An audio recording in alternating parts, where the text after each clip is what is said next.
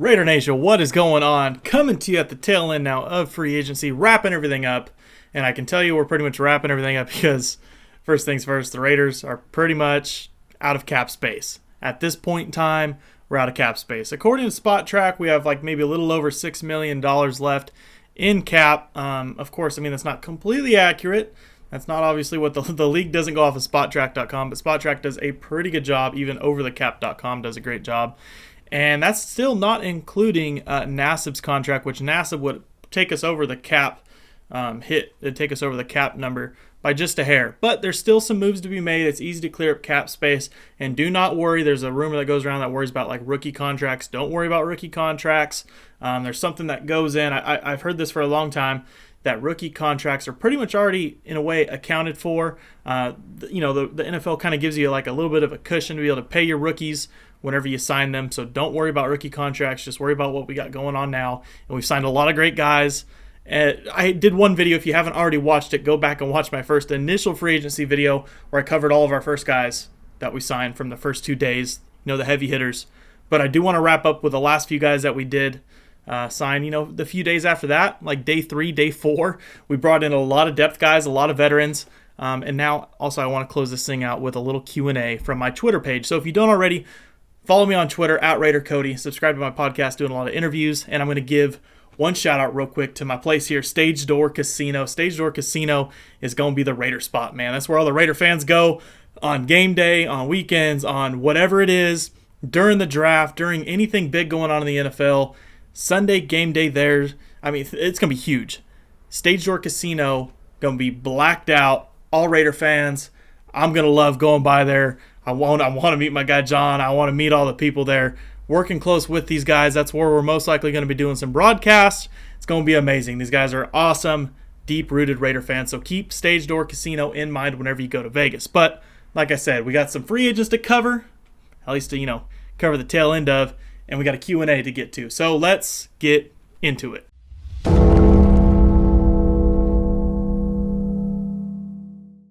First guy, Eli Apple. Eli Apple came in now on a 1-year, $6 million deal. Eli Apple obviously isn't going to be the most popular name right now amongst Raider Nation, but the last couple of years after he left the Giants, he was a former first-round pick. After he left the Giants, I think he was traded for maybe a 5th or 6th.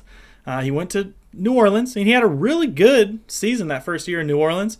Allowed only an 85.9 passer rating, while, getting a lot of targets. He had a lot of, like 117 targets that season. Still played extremely low, came up with 2 picks, only gave up 3 touchdowns. This last year, he had 68 targets total. Obviously, his production fell off just a little bit. And, I think we got him on a decent deal, something to kind of back everybody up. Going down the line now, offensive guard, Eric Kush. Obviously, Raider fans are going to love getting a Kush jersey. That's Raider Nation's go-to right now. Last year, he played maybe 7 or 8 games. I forget the exact number. He gave up 19 quarterback pressures and 2 sacks, which isn't huge, but as an offensive guard, you probably expect a little bit better. But also now you got to remember, if he did have to play or he was inserted, he's going to be playing between, most likely, like a Trent Brown or a Rodney Hudson. No matter what, he's going to be right next to Rodney Hudson or next to space in here, Colton Miller. So Colton Miller obviously is developing and playing well, but we have a great core of offensive linemen, Eric Kush coming in, adding a little bit of depth. Now going down the line, like I said, Nelson Aguilar, which was probably a very controversial topic coming in here. Raider Nation wasn't really having it with Nelson Aguilar. Nelson Aguilar is coming in on like a vet minimum deal. He's making pretty much nothing. This is a prove-it year. He's betting on himself to come in here to Oakland. Las Vegas. He's coming into Las Vegas, wherever the Raiders are playing. I just need to say the Raiders. But he's betting on himself to come to the Raiders, play with Derek Carr, and pretty much flip his career around. Obviously, this is a 1-year deal. He's just trying to prove himself that he can still play. Hey, and this is a guy that saw 10 targets in the Super Bowl. He has 9 Super Bowl catches. Make fun all you want, but how many wide receivers are out there on the market? How many wide receivers on the Raiders right now that have 9 Super Bowl catches? How many wide receivers in the league right now have 9 Super Bowl catches? That's what I want to know. Not very many, so it's good to get Nelson Aguilar. As much as you guys want to criticize him for his drops, Amari Cooper still has like double in his career over the same amount of years. So save the drama. I don't really care. And then the last signing, tight end Nick O'Leary. Nick O'Leary came in as your prototypical Gruden grinder. He's a tight end. He'll play in heavy sets. He can play fullback. He's kind of your all-around do-it dude. Don't expect. We got a pretty crowded tight end room now. Of course, with Darren Waller, you have Foster Moreau, you have our new guy, but old guy Jason Witten. You still have Derek Carrier in there, and now Nick O'Leary. So him making the team of the 53 week one is a little bit of a reach. Obviously, whenever we have a very capable also fullback in Alec Ingold, hard to see a spot for him. But hey, Gruden grinder, bring him in, let him work, let him practice, let him be a tone setter, of course, throughout the offseason. Now, that's it for free agency. Hopefully I'm not missing anybody. I don't know if we've signed anybody else. Probably have. Who knows? By the time you're watching this, I'm sure we have. So now I want to take this little time. If you haven't, like I said, follow me on Twitter at RaiderCody. Now, I asked this, I posted a question, or should I say I tweeted out and said, hey, ask me some questions. Let's cover them. So let's get into these things. Question number 1. This is coming from Mr. Steven. Who has a bigger impact on the defense, Littleton or Abram? Now, I'm not going to try and break this thing down on who has a bigger impact. I think they're both going to equally impact, and that's kind of what I'm more worried about here, is how they're both. This is going to be a duo on our defense. These two are going to be playing in tandem. Maybe they're both not at the same position, but they're going to be playing over top one another, obviously relying on each other quite a bit. Littleton's going to be looking for Abram to be in communication and in sync on the back end. Of course, Abram's going to be pretty much playing off what Littleton does in front of him, depending on what side of the field they're on, of course. But those two together, great question. I'm not going to say one's going to outplay the other, but they're going to play great together, and I can't wait to see it. Now, the second question here, this is from Raider fan since birth. That's what I'm talking about. Do you expect the team to reach the playoffs? I should have saved this question for last, but absolutely. Last year, my expectation was for them to make the playoffs. This year, it's even higher. First year in Vegas, we're just adding more pieces to this team. Derek Carr's going into his third season under this John Gruden offense. We're all expecting a star rookie wide receiver to be inserted into this offense that already has a lot of potential and a lot of talent that just needs to work on scoring. Totally expect the playoffs. 100% absolutely. Third question, this is coming from Patrick Romero. Now that free agency is done, what is the one position the Raiders need to focus on, and who do you think they will target? For me, it's hard for me to narrow it down to one, but I'll give you one on each side of the ball, and that's obviously going to be wide receiver and corner. And I just talked about, we're pretty much planning on nailing a star rookie wide receiver in that first round. We have the big three, CeeDee Lamb, Jerry Jeudy, and Henry Ruggs. One of those three guys is going to be a Raider in 2020. Mark my words, one of those three guys will be a Raider. Now, on the other end of the ball, we have to address the corner position. Since you asked for one, whatever, we have 2 first-round picks, I'm going to give you 2. So whenever we're looking at the corner position, you have that Ohio State kid, Okudah. He's awesome. He's not going to make it that far. You got CJ or whatever from, I think it was LSU. We have a few options that are going to be there.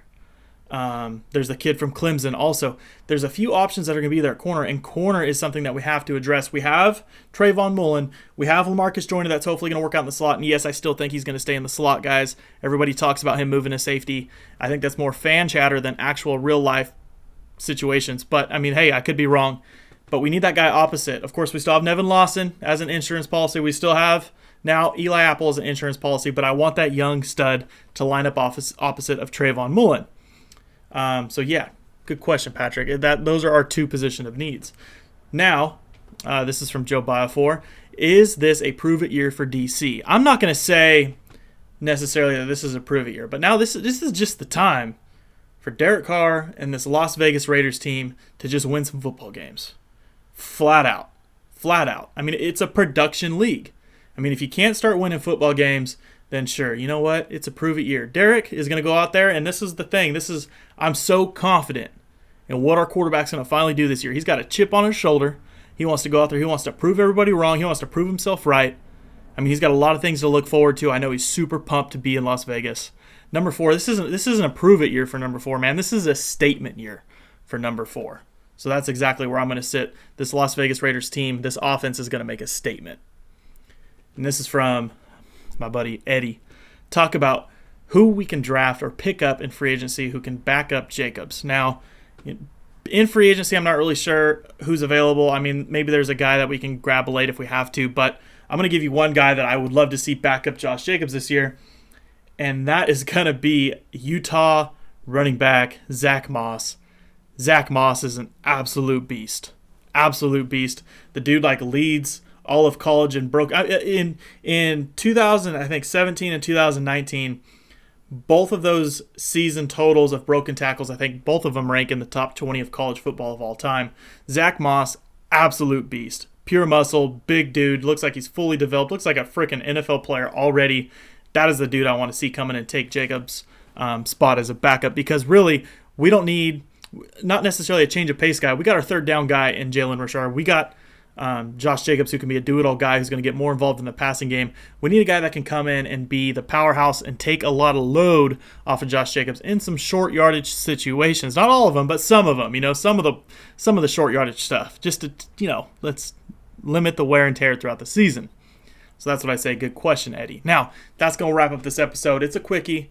Hopefully you guys tuned in my live stream. If you missed my live stream, make sure you subscribe. Make sure you hit that little bell notification. I'm going to be doing those things often. I'm going to be doing Q&As often. I'm going to keep doing these wrap-up videos throughout the week. So like I said, this little show right here is brought to you by Stage Door Casino. Keep them in mind when you go to Las Vegas. And until the next video, Raider Nation, I'll see you guys later.